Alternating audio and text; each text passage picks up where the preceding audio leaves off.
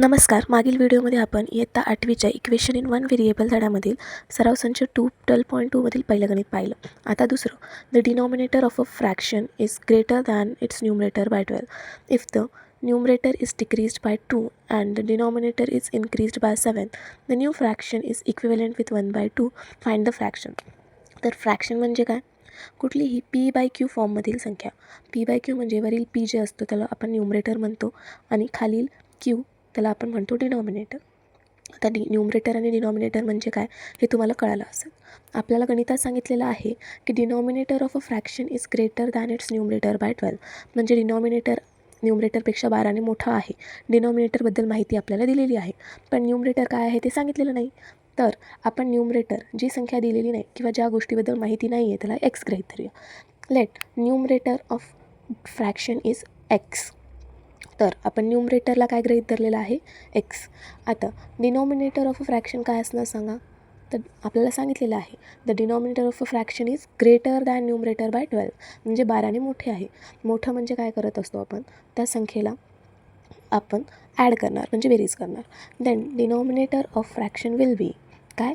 Numerator x होतं त्यापेक्षा 12ने मोठं म्हणजे एक्स प्लस 12. आणि पुढं आणखी काय माहिती दिलेली आहे ती पाहून घेऊया. If the numerator is decreased by 2 decreased म्हणजे कमी झालं म्हणजे वजा करायचं.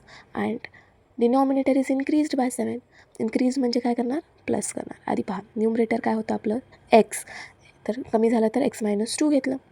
आता पुढं आपल्याला सांगितलेलं आहे तर denominator is increased by 7 denominator काय आहे आपला x+12 इन्क्रीज्ड म्हणल्यावर त्यामध्ये आपण काय करणार? 7 ॲड करणार. इन्क्रीज म्हणलं की बेरीज करायची. पुढं म्हणतं the new fraction is equivalent with. Equivalent म्हणजे इक्वल टूचं साईन देऊन टाका. Equivalent with 1/2. तर पुढं लिहिणार आपण 1/2. आता यावरून आपल्याला पुढं इक्वेशन तयार करता येतं. इक्वेशन तसं तर भेटलेलंच आहे आपल्याला, पण याला आणखी सिम्प्लिफाय करूया. कसं करणार? तर क्रॉस मल्टिप्लिकेशन म्हणजे तिरपा गुणाकार. x-2 आणि 2चा आधी गुणाकार करून घेऊ. तर 2ला लिहून घेतलं. आता x-2च्या प्रत्येक संख्येला प्रत्येक टर्मला गुणावं लागेल म्हणून त्याला ब्रॅकेटमध्ये लिहिलं. त्याचप्रमाणे आता पुढे 1 आणि x+12+7चा गुणाकार होणार. आता 1 गुणिले ब्रॅकेटमध्ये x+12+7 किती होतात? 19. तर लिहून घेतलं. आता करूया गुणाकार. 2 × x म्हणजे 2 गुणिले x काय होतं? 2x.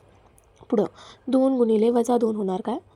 2 गुणिले 2 4 वजाला वजा बरोबर 1 गुणिले x अधिक 1 गुणिले 9 19. आता पुढं काय करणार आपण? जे x वाल्या म्हणजे व्हेरिएबल असणाऱ्या संख्या एका साईडला आणि फक्त साध्या संख्या दुसऱ्या साईडला. 2x - x बरोबर 19 + 4. आता 2x मधून x केला x बरोबर 19 आणि 4 23 म्हणजे न्यूमरेटर भेटलेला आहे 23 आणि डिनॉमिनेटर काय असणार? x+12 म्हणजेच 23 अधिक 12 बरोबर. 23 अधिक 12 काय होणार आहे? तर पुढं 23 अधिक 12 होत असतं 35. आता तुम्हाला प्रश्न पडला असेल की वर आपण 2x - x घेतलेला आहे. -x का घेतलं? तर लक्षात ठेवा इक्वल टूच्या बाजूला गेल्यावर कधीही संख्येचं साईन बदलतं म्हणून प्लसचं मायनस आणि वरी जे -4 होतं त्याचं दुसऱ्या साईडला गेल्यामुळं +4 झालं. तर फ्रॅक्शन काय भेटणार आपल्याला? वरी 23 आपला न्यूमरेटर आणि खाली 35 आपला डिनॉमिनेटर. तर फ्रॅक्शन आपल्याला भेटलेली आहे. तर तुम्ही असेच सपोर्ट करत राहा, व्हिडिओ पाहत राहा आणि अभ्यास करत राहा. धन्यवाद.